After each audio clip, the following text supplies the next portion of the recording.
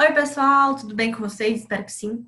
Na aula passada, vocês pesquisaram para mim sobre a teoria do fixismo e do criacionismo, que, em resumo, a teoria do fixismo é aquela onde os seres são imutáveis, então eles permanecem constantes, sem modificações, sem evolução, sem nenhuma modificação propriamente dita. E a teoria do criacionismo é que tem um ser superior, né? No caso do Gênesis, fala de Deus, em que criou os seres a partir de nada, então criou todo o Jardim do Éden, criou os animais, os parzinhos, criou Adão, criou Eva, e a partir daí nós surgimos também imutáveis. Tá? Então, uma teoria liga a outra. Um detalhe importante. Quando a gente estuda evolução, a gente não quer desmistificar a crença de ninguém. A gente não deixa de acreditar no que a gente foi criado, no que a gente viu desde pequeno, tá? Eu nunca deixei de acreditar na teoria do criacionismo, acredito em Deus da mesma forma, porém acredito que Deus permitiu sim a evolução dos seres, ele permite a evolução nossa diariamente. Então, por isso que eu gosto desse assunto, eu gosto de discutir sobre evolução. Quando a gente fala sobre evolução, a gente não tem poder de apontar o dedo para a crença de ninguém, querer que a pessoa deixe de acreditar. E tem uma frase que eu gosto muito, que eu quero que vocês se lembrem sempre, que pouca ciência te afasta de Deus, mas muita ciência te aproxima dele. Então lembrem-se disso, tá bom? Então vamos começar. No vídeo de hoje eu vou falar para vocês de outras duas teorias evolucionistas muito interessantes, que é a teoria de Lamarck e a teoria de Darwin, tá bom? São teorias com alguns detalhes importantes, algumas informações importantes que foram a base para a gente conseguir hoje entender como que é o processo de evolução, como que é o processo de adaptação dos seres, como que nós conseguimos hoje estar aqui. Bom, então vamos lá para os slides para ficar melhor de vocês entenderem.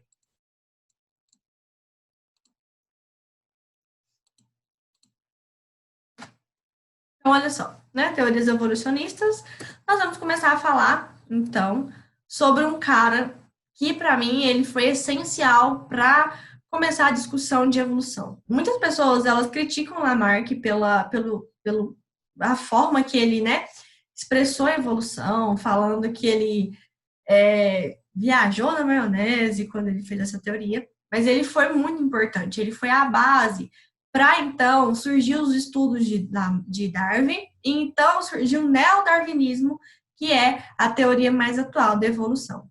Então, Lamarck, mesmo que a teoria dele seja realmente um pouco fora do contexto evolutivo, fora da realidade, ela foi muito importante. Lamarck, ele foi um naturalista, tá?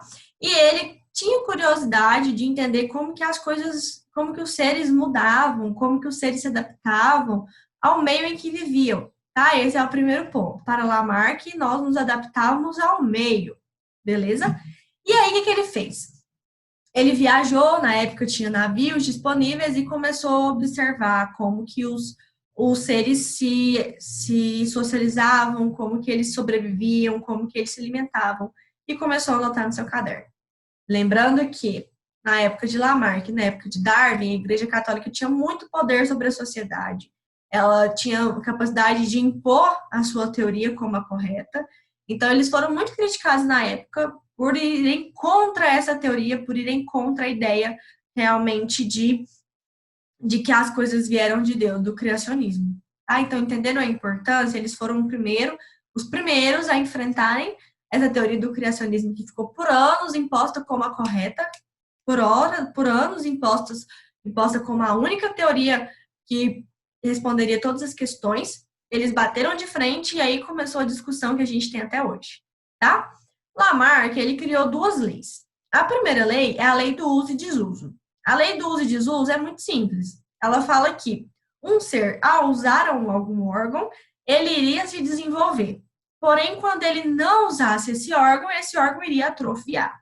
Por exemplo, a girafa, né? Ele analisou as girafas. Então, as girafas estavam lá, bonitinhas, as árvores. Conforme as árvores ficavam mais altas, as girafas tendiam a estender o seu pescoço para alcançar aquela folha mais alta. Então, ela tendia a usar o seu órgão, né, a sua musculatura do pescoço, para conseguir chegar até aquela folha. Isso seria uma forma de uso de um órgão. Porém, A partir do momento que ela não usasse mais, aquele órgão ia atrofiar, ele não ia se desenvolver mais e ela não conseguiria se alimentar das árvores mais altas e assim ela iria morrer, certo? Essa é a teoria do uso e desuso. Então, se eu uso um órgão, ele se desenvolve, se eu não uso, ele atrofia. Uma linguagem mais chula, mais fácil de vocês entenderem, se eu uso a minha mão para escrever, ela vai desenvolver para eu conseguir escrever mais rápido, com mais facilidade. Porém, se eu não uso a minha mão, ela vai atrofiar. Ela não vai mais ter função de escrever, de fazer esse processo. E essa minha característica, seja o uso ou o não uso dela, iriam ser passados para os meus descendentes. E aí vem a segunda lei de Lamarck, que é lei da herança de caracteres adquiridos. Ou seja, tudo o que eu faço hoje vai interferir, né, de forma expressiva nos meus descendentes. Se eu uso essa mão para escrever, os meus descendentes, segundo Lamarck, vão ter mais facilidade para escrever. Porém, se eu atrofio essa mão, eu vou passar essa atrofia aos meus familiares, aos meus descendentes. A girafa. A girafa que exercitou seu pescoço, que esticou para chegar nas árvores mais altas, ela ia passar esse pescoço mais comprido aos seus descendentes, e aí elas iam ter mais capacidade de sobreviver, em contrapartida daquela que atrofiou seu pescoço, que não exercitou ele, ia passar essa característica para os seus descendentes, e eles iam ter muito mais dificuldade de encontrar comida mais baixa, mais rasteira. Deu para entender? Então, a teoria de Lamarck, ela é baseada nessas duas. Só que essas mudanças, elas não eram bruscas, não eram muito, de forma muito brutais ali no ser humano. Era gradual, tá? Isso ia de geração em geração até chegar na geração que realmente estava atrofiada, que não tinha mais função, certo? Então, Lamarck, ele fez essa teoria, escreveu essa teoria, publicou sua teoria, foi duramente criticado na época que ele escreveu, foi duramente apontado como errado, pecador, mas foi muito importante para o que a gente tem hoje. Então, aqui, ó, pontos importantes sobre o lamarckismo. Na teoria de Lamarck, o ambiente tinha um papel secundário. Ele não explicava o aumento da complexidade dos seres vivos. O ambiente não ia agir em cima dos seres vivos, ele tinha um papel secundário. Ele ia estar ali, nós teríamos que nos adaptar ao ambiente, seja para caçar, seja para nos alimentar, para dormir, para escapar de algum predador, nós teríamos que nos adaptar. Tá? Então, o ambiente ficaria de forma secundária, ele seria secundário e não iria explicar o aumento da minha complexidade. Tá? Porém, o ambiente forçaria os seres vivos a modificar seus hábitos, devido à necessidade de sobrevivência. Isso aqui é um ponto muito importante. Toda teoria evolucionista que a gente vai ver, ela frisa que todos os seres se adaptam para sobreviver. Então, eles vão se adaptar para caçar, para se proteger, para se alimentar. Para coisas que vêm de acordo com a sua sobrevivência. Então, Lamarck falava assim, o ambiente ele tinha um papel secundário, ele não ia interferir diretamente na minha complexidade. Porém, eu teria que me adaptar ao ambiente para sobreviver. Se aquela árvore fosse mais alta, eu teria que me adaptar a ela para sobreviver. E aí, os meus filhos também sobreviverem, tá? Porque eu teria que, de alguma forma, chegar até naquela árvore, pegar a folha para me alimentar. Beleza? E isso resultaria em mudanças de hábitos e, assim, alterações de padrão dos meus órgãos, certo? Essa é a lei de Lamarck. Muito tranquila, né? Muito interessante e muito tranquila. Eu acho interessante falar de evolução, porque quando a gente para pensar que, às vezes a gente fala, mas não faz sentido, mas faz muito sentido quando a gente percebe que eles estavam tentando descobrir como que a gente chegou até aqui, né? É muito interessante quando a gente vê Lamarck, mesmo que a teoria dele do uso e desuso, a gente pensa assim, Natália, como é que você quer que eu acredite nisso?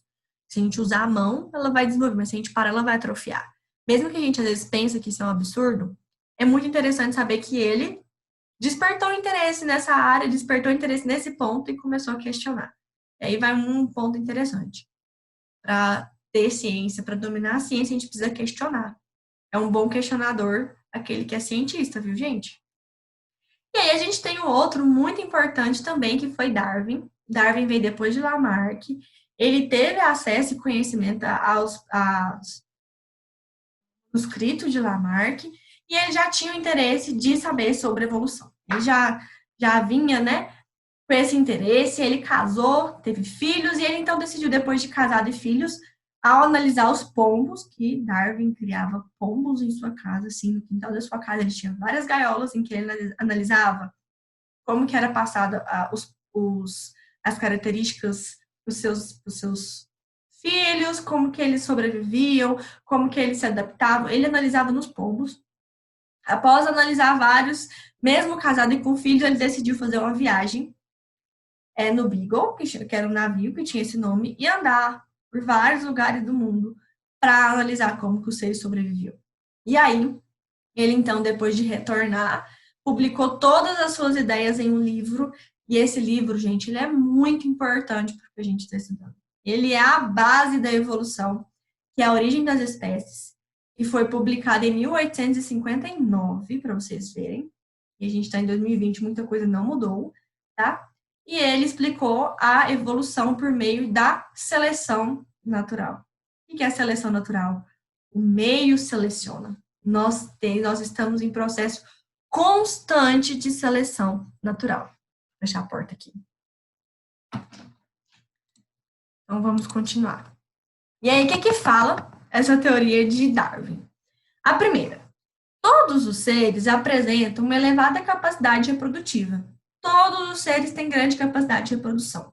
Eles vão se reproduzir, porque isso tem a ver com a sua evolução. Quanto mais descendentes eu tiver, mais a minha espécie vai conseguir sobreviver. Se eu não tiver descendentes, a minha espécie não vai ter continuidade, certo? Porém, verifica-se que o número de indivíduos de uma mesma espécie permanece constante. Por que permanece constante? Porque da mesma forma que nascem indivíduos, morrem indivíduos. E para Darwin, manter essa constância era essencial para dar continuidade à espécie e para assim acontecer a seleção natural de forma tranquila, de forma natural, né? Seleção natural. Então, a quantidade de indivíduos que nascem, a quantidade de indivíduos que morrem, tem que se manter em equilíbrio. A partir do momento em que a gente tem poucos indivíduos que nascem e muitos indivíduos morrendo, a gente vai ter uma queda dessa espécie e ela pode entrar em extinção, essa espécie pode parar de dar continuidade a todo o seu legado, certo? Outro ponto que Darwin falava, que a mortalidade decorre pela falta de alimentos, pois o suprimento alimentar para qualquer população não é ilimitado. Para Darwin, o principal ponto que acontecia a mortalidade era a falta de alimentos. Na natureza, os indivíduos que tinham acesso ao alimento tinham mais capacidade de sobreviver. E aqueles que não tinham grande quantidade de alimento, eles tendiam a entrar, né, num processo de queda e na quantidade dos seus indivíduos, e assim a população ia entrar em processo de decadência, certo? E outro ponto que ele fala nesse tópico é que o suprimento alimentar para Darwin, ele não é ilimitado. E aí, como que ele chegou até isso? Darwin, ele estudou uma teoria de Mateu, se eu não me engano é esse nome mesmo, Mateu, que ele analisou como que ia ser o crescimento da população de acordo com a quantidade de comida disponível. E ele percebeu que a população, ela estava crescendo mais do que a quantidade de comida disponível. Que a curva de comida disponível era mais ou menos assim, e a população estava bem acima, crescendo. Que ia chegar a certo ponto em que não iria mais ter comida suficiente para aquelas pessoas. E com suas análises que Darwin fez, mais esse estudo desse economista, ele percebeu que a comida, o suprimento, era o principal ponto para a mortalidade, tá bom? E isso até hoje é discutido. A gente vê em jornais aí, todo ano, fala do aumento populacional e da quantidade de comida que é disponível. Eles estão preocupadíssimos e nós estamos tendo um aumento populacional muito rápido, então estão nascendo muitas pessoas e a gente tem uma pouca quantidade de comida. O suprimento não está sendo suficiente já em alguns lugares do mundo. Então a gente precisa controlar isso. Outro ponto que Darwin fala é a falta de meios de subsistência gera competição. Que é isso? A natureza, uma espécie, ela vai competir para se alimentar a partir do momento que tiver pouca quantidade de subsistência. Então, se eu tenho lá, por exemplo, um grupo de leão, um leão e suas leoas, e eu tenho outro grupo de leão com suas leoas. E aí eu tenho apenas um animal ali que serve de comida para todos. Eles vão competir para ver quem vai conseguir comer aquele animal. A mesma coisa aconteceria se eu pegasse todos vocês da sala, colocasse em um quarto pequeno, e por 5 dias, no primeiro dia eu jogasse 5 pacotes de passatempo, vocês teriam que se virar para comer, iriam dividir entre si e se organizar. No segundo dia, eu jogaria 4 pacotes de passatempo para todos comerem. No terceiro dia, 3 pacotes de passatempo. No quarto dia, 2 pacotes de passatempo. E no quinto dia, apenas um. Ia chegar a um ponto em que vocês iriam competir entre si para ver quem ia comer. Porque, né, a quantidade de comida de bolacha seria pouca para a quantidade de pessoas naquela sala e para a fome que vocês estavam. E aí entra a sobrevivência. Vocês vão competir para sobreviver. Eu preciso dessa subsistência para sobreviver, então eu vou competir para ver quem vai ganhar. Certo? Outro ponto que ele fala é que em todas as espécies os indivíduos nunca são iguais. Mesmo que são da mesma descendência, eles vão herdar características diferentes. A gente vê isso. Vamos na espécie humana. Nós temos características semelhantes, dois braços, 2 pernas, 2 mãos, 2 pés, um nariz, mas todos temos características diferentes. A estatura é diferente, a forma do nariz é diferente, a cor do olho é diferente. Todos os indivíduos, todas as espécies têm indivíduos diferentes, tá? Sempre vai ter indivíduos diferentes. E essas variações, elas vão ser favoráveis ao ambiente. Então, em determinado ambiente, os indivíduos dotados de variações favoráveis do que possuem variações desfavoráveis vão estar mais capacitados a sobreviver. Como que ele analisou isso? Aí vem lá em Galápagos, onde ele analisou os passarinhos de Galápagos e percebeu que alguns tinham um bico para conseguir quebrar semente, outro para pescar, outro para pegar minhoca. O bico, essa variação do bico desses passarinhos facilitava a sobrevivência deles. Então, certas características favorecem a sobreviver, diferente de outros indivíduos que não estão adaptados àquele meio e não vão conseguir sobreviver, não vão conseguir adquirir a subsistência necessária para si, certo?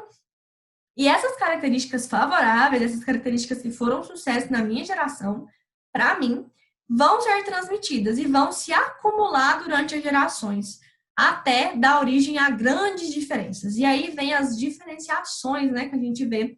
Por exemplo, quando a gente fala do Homo sapiens, eles eram mais emborcados, certo? Eles tinham, né, essa envergadura, eles tinham os braços mais compridos, eles tinham os dedos quase todos do mesmo comprimento. E aí, conforme a gente foi vendo que precisava ficar mais ereto, né, que a gente precisava ficar mais reto, que a gente precisava apenas dar as mãos para pegar alguma pouca coisa, porque a gente nem caça mais, a gente nem vai para o mato, não precisa pegar pedra, não precisa subir em árvore. Então, essas características que foram favoráveis, como ficar mais ereto, ter menos pelo, porque agora a gente consegue ter vestimentas que nos aquecem, certo? Foram passadas de geração em geração até chegarem em nós hoje, no século XXI, com características super diferentes dos nossos antepassados. Não foi uma mudança brusca. Não foi assim. Hoje é Homo sapiens, amanhã é Homo erectus e amanhã é Homo sapiens. De um dia para o outro, puf, mudou. Não, não é assim. É uma mudança constante, passada de geração para geração, que vão se acumulando até no futuro darem origem a grandes diferenças. Então, quando a gente fala de evolução, a gente não fala de mudanças rápidas, a gente fala de mudanças graduais, mudanças lentas entre os indivíduos, tá? Sempre mudanças lentas. Pode ser que futuramente nossos futuros representantes da espécie sejam totalmente diferentes de nós? Sim. Hoje a gente tem uma grande capacidade, a gente está em grande processo evolutivo para mudar. Exemplo, Covid-19. Pode ser que seja uma porta de entrada para uma grande variação favorável? Sim. Vão conseguir sobreviver aqueles indivíduos que conseguirem passar pelo coronavírus, terem um sistema respiratório mais apto a essa doença. E aí eles vão passar essa característica aos seus descendentes e aí eles vão ser mais fortes. Infelizmente, quem não tem essa capacidade não consegue sobreviver a essa doença, tá? Tudo que a gente passa no dia a dia, no mundo, ela favorece essa seleção natural. Então, a gente fala de seleção natural, a gente brinca, porque você não quer tomar vacina? Tudo bem, seleção natural. Por quê? Tudo que acontece no nosso meio, ela favorece essa seleção natural. O ambiente seleciona os melhores sempre. Nós estamos sempre passando por seleção natural. Só que, como eu falei antes, não é assim. É um processo gradual, tá? Mas a seleção natural está acontecendo. Ela acontece o tempo inteiro, a todo momento. Mais para frente eu vou falar, mas um exemplo, por exemplo é ótimo, né? Um exemplo clássico. Dente siso. A gente brinca, fulano tirou 4 dentes cisos, ciclano não tem nenhum. Outro fulano tirou 2 e outro tirou 1. Por que as pessoas têm essa diferenciação? Isso já é um processo de evolução, já são características evolutivas. Os dentes cisos serviam principalmente para ajudar a quebrar a semente, porque nossos antepassados não tinham capacidade, né, de achar as coisas com grande, que era só mastigar, tá tudo descascado, eles tinham que quebrar a casca, então eles precisavam de dentes fortes para isso. Hoje em dia a gente precisa. A nossa espécie já vem há muitos anos não precisando mais quebrar a semente. E esse processo, então, cada vez mais se torna dispensável para a gente. A gente não tem capacidade, não precisa disso mais, a gente não vai passar para os nossos filhos. Porque o ambiente que a gente vive hoje não favorece essa mudança, não favorece esse uso. A mesma coisa são as presas. A gente tem presas bem menores do que nossos antepassados, porque eles caçavam e tinham que rasgar o que eles iam se alimentar, rasgar couro, rasgar alguma estrutura para conseguir se alimentar. A gente tem tudo processado em casa. É só pegar aí e fazer. Então, o ambiente propiciou essas mudanças de forma lenta e gradual, e a gente está passando isso para os nossos descendentes de forma diariamente para os nossos filhos, para os nossos descendentes. Tá? Cada vez mais as crianças estão sabendo mexer no celular com mais facilidade. Pega o celular, já abre tudo, já sabe tirar foto, entrar no WhatsApp. Então, são processos de seleção natural. O ambiente favorece essas mudanças. Para encerrar, eu trouxe essa imagenzinha aqui, clássica, e compara Lamarck e Darwin. Então, aqui a gente tem Lamarck, 2 girafas com o pescoço curtinho em uma árvore, e a árvore foi crescendo, a gente consegue ver que ela cresceu. E as girafas também, conforme a árvore crescia, elas tinham que usar esse pescoço, né? Esticar esse pescoço para conseguir, então, alcançar as folhas. Esse pescoço se desenvolveu e ela, então, conseguiu desenvolver a estrutura do pescoço maior e alcançar as espécies lá em cima, tá? Já Darwin traz que a gente tem as girafas e aquela girafa que tem o pescoço maior vai conseguir, então, ter subsistência, ter alimento, em contraparte daquela que não tem o pescoço tão desenvolvido, infelizmente não vai conseguir sobreviver, e aí vai ter a mortalidade dessa característica. E aí, o que vai acontecer? As próximas girafas das próximas gerações virão com um pescoço maior. Por quê? Porque essa característica se acumulou diante das gerações. Diferença básica. Em Lamarck, o ambiente, ele propicia essas mudanças. A gente muda pelo ambiente. Já em Darwin, não. A gente muda para subsistência, para sobreviver. O urso polar é branco por quê? Porque ele está na neve, lá é branco, ele precisa se esconder. Então, é sobrevivência. Da mesma forma que o urso polar, que o urso pardo, ele é mais marrom, porque ele está normalmente em matas mais fechadas e é mais fácil para ele ficar ali meio às folhas, né? Que caem das árvores. Beleza? Espero que vocês tenham entendido. Esse assunto é muito interessante. No próximo aula, a gente vai começar a falar de neodarwinismo, sobre a teoria da evolução mais atual, que foi a teoria de Darwin, né? Que foi estudada e cada vez mais foi aperfeiçoada. Viram tanto que foi importante Darwin, tanto que foi importante Lamarck, tá bom?